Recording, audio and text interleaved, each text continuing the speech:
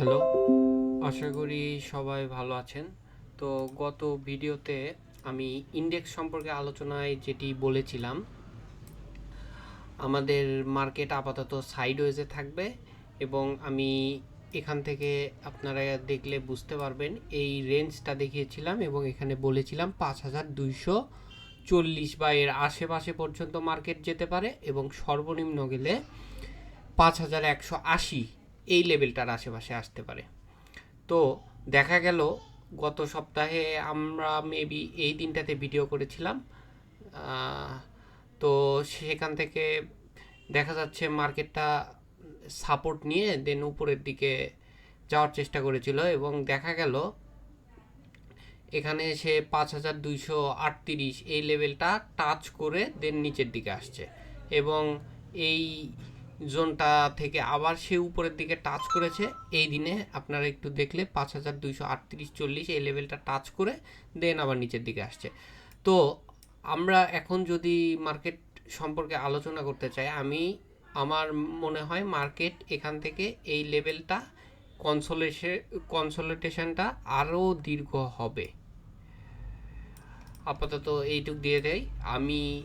এবং আমি আপনাদের যদি একটু দেখাই, আমি বলেছিলাম বর্তমান প্রেক্ষাপটে আমাদের মার্কেটের ভ্যালুয়েশন অনুযায়ী এই যে ট্রিপল মুভিং এভারেজ আমি দিয়ে রেখেছি গত ভিডিওতেও, যেটি আমি বলার চেষ্টা করেছি, এই ট্রিপল মুভিং এভারেজ ব্রেক করা যুক্তিযুক্ত নয়, বা দু একদিন ব্রেক করলেও আমরা এটা থেকে উপরের দিকেই যাব। তো ট্রাম্পের শুল্ক নীতি, নতুন শুল্ক নীতি আমাদের গার্মেন্টস সেক্টরের উপর একটা বড় প্রভাব আসতে পারে। তো আমাদের মার্কেট, আমি গতকালকে একটি পোস্ট দিয়েছিলাম, সেখানে আমি লিখেছিলাম যে বিভিন্ন দেশের মার্কেট এর পতন হয়েছে, বিভিন্ন দেশের মার্কেট, হংকং, তাইওয়ান, যুক্তরাজ্য, বিভিন্ন দেশের মার্কেটে পতন হয়েছে এই ট্রাম্পের শুল্ক নীতির কারণে। আমাদের মার্কেটেও সেটার প্রভাব হয়তো পড়বে কি পড়বে না, সেটা আমরা সন্দিহান ছিলাম। তবে এই দিনে হয়তোবা এই শুল্ক নীতিটা ঘোষণা করেছে, তারপরে হয়তোবা মার্কেট 2-3 দিন পড়েছে।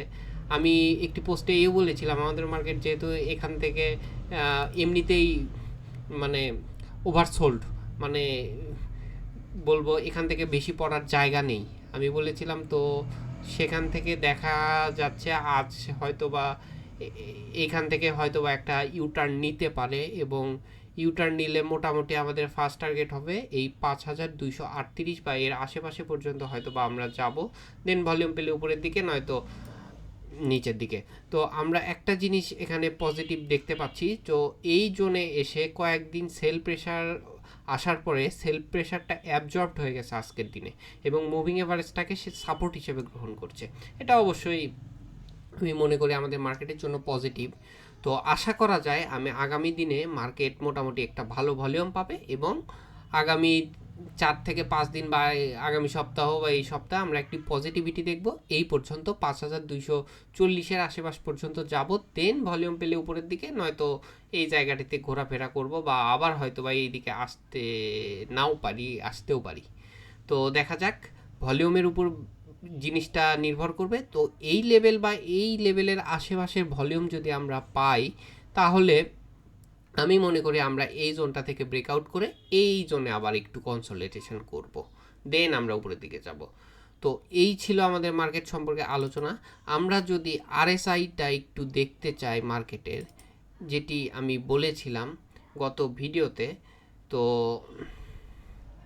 দেখলে দেখা যায় এই জোনটাতে আমরা আসি বর্তমানে। এই জোনটা একটি রেজিস্ট্যান্স লেভেল এবং এখানে সে এটা সাপোর্ট হিসেবে, এই জোনটা সে সাপোর্ট হিসেবে অ্যাকসেপ্ট করতেছে এবং এখান থেকে আর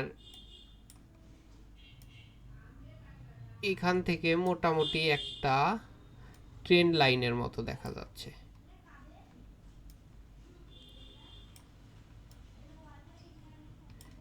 এখানে একটি ট্রেন্ড লাইনের মতো দেখা যাচ্ছে। অবশ্য এখান থেকে হয়তো বা পজিটিভ যাবে, আমরা চাইবো মার্কেটের সাথে সাথে আরএসআইটাও এখান থেকে হয়তো বা এই জোনটা আমরা, আমাদের যে রেজিস্ট্যান্স জোন আরএসআই এর ক্ষেত্রে, সেই রেজিস্ট্যান্স জোনটা আমরা ওভারকাম করব এবং এখান থেকে আমরা উপরের দিকে যাব, দেন আমরা হয়তো বা এখানে আশেপাশে যাব।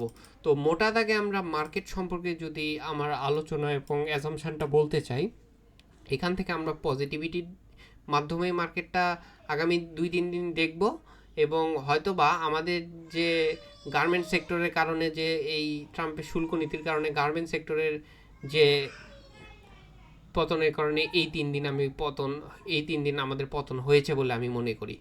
তো আশা করা যায় এখান থেকেই মার্কেট রিভার্স করবে। আপাতত মার্কেটের টার্গেট 5240 বা এর আশেপাশ পর্যন্ত।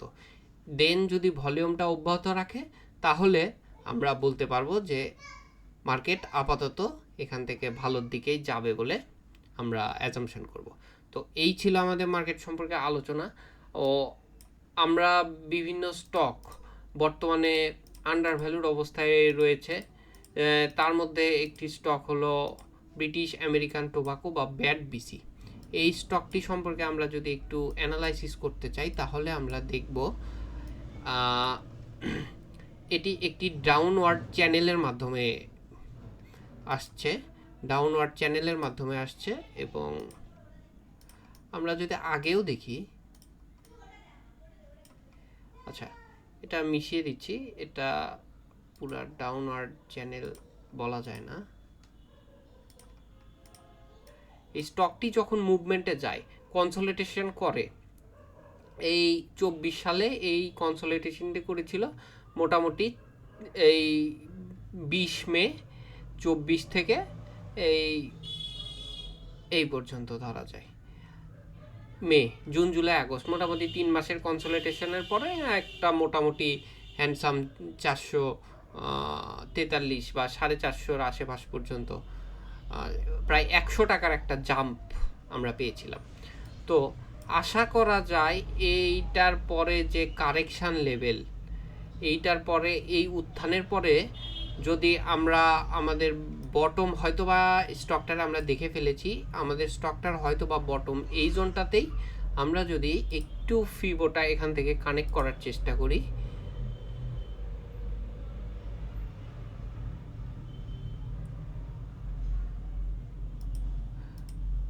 তাহলে আমরা এখানে দেখব, আচ্ছা মোটামুটি আমাদের একটা ভালো লেভেলের কারেকশন হয়ে গেছে। অলমোস্ট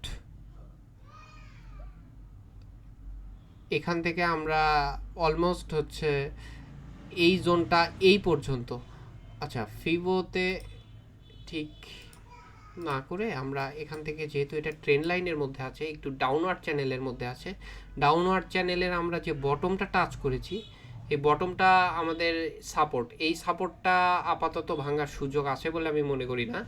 এবং এই যে কনসলিডেশন জোন, এইটাকে যদি আমরা এক্সটেন্ড করি তাহলে মোটামুটি আমি এখান থেকে যদি একটা লাইন টানার চেষ্টা করি,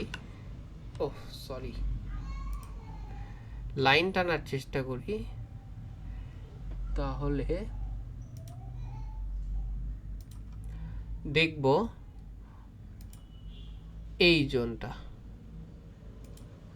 আশেপাশে, এই জোনটা এখানে আবার এই কনসলিডেশন হয়েছিল, সেই রকম কনসলিডেশন হচ্ছে এই জোনটাতে। তো আশা করা যায় এই জোনটা আমরা অতি শীঘ্রই ব্রেকআউট করব, এবং এই জোনটা ব্রেকআউট করার পরে আমরা আবার একটি মুভমেন্ট পাবো। সেই মুভমেন্টটা হইতে পারে এই পর্যন্ত বা আমি এইটাকে এখন ধরতে চাচ্ছি না, এই কনসলিডেশনটা হইতে পারে এইখান থেকে এই পর্যন্ত, দেন যদি ভলিউম পায় সেটা ব্রেকআউট করলে এখান থেকে আমরা একটা বড় মুভমেন্ট পাবো। আপাতত আমরা চিন্তা করতে চাই, এখানে যেমন কনসলিডেশন হয়েছিল, এইখানে কয়েকদিন মার্কেট ঘোরাফেরা করবে, দেন আমাদের যে প্যারালাল চ্যানেল, এই প্যারালাল চ্যানেল অনুযায়ী আমাদের মার্কেটকে অবশ্যই এই রেজিস্ট্যান্সটা টাচ করতে হবে, দেন হয়তোবা নিচের দিকে আসবে, তারপর হয়তোবা একটা মুভ দিবে। কারণ এই স্টকগুলো হয়তোবা মুভ দিবে না, অবশ্যই দিবে। কারণ হিসাবে আমি যেটি বলতে চাই যে এগুলোর একটা ডিভিডেন্টের ব্যাপার থাকে, বছরে একটা প্রাইস গেন থাকে, বছরে 2 বা 3 বার প্রাইস গেন হয়, এই ইয়ারগুলো হয় নাই। আমরা দীর্ঘদিন ডাউন ট্রেন্ডে ছিলাম, দেন একটা পজিটিভ জায়গায় আসছে। এই স্টকগুলো আসলে এই প্রাইসে থাকার কথা না। তো দেখা যাক, এখান থেকে আমরা এই স্টকটি সম্পর্কে পজিটিভ আমি, এটি ফিনান্সিয়াল ডাটাও অনেকটা পজিটিভ। তো যাই হোক, আমিও এই স্টকটিতে এন্ট্রি নিয়েছি এই লেভেলটাতে, এই লেভেলগুলোতে আজকে একটা বড় পজিটিভ, এই 300 বলেই দিই, 325-এর আশেপাশে এন্ট্রি নিয়েছি। 325 থেকে এই লেভেলেও নিয়েছি, কিছু কিছু করে কিনছি। এই লেভেলটা থেকে আমরা একটি পজিটিভ করব, তারপরে হয়তো বা একটু উপরের দিকে যাব। আর এখান থেকে অলমোস্ট আমরা এই পর্যন্ত যাবই, দেন হয়তো বা নিচের দিকে একবার আসতে পারে। তো এই ছিল আমার মার্কেট সম্পর্কে আলোচনা। সবাই সুস্থ থাকবেন, ভালো থাকবেন, সাবধানতার সাথে সাথে বিনিয়োগ করবেন। ধন্যবাদ সবাইকে।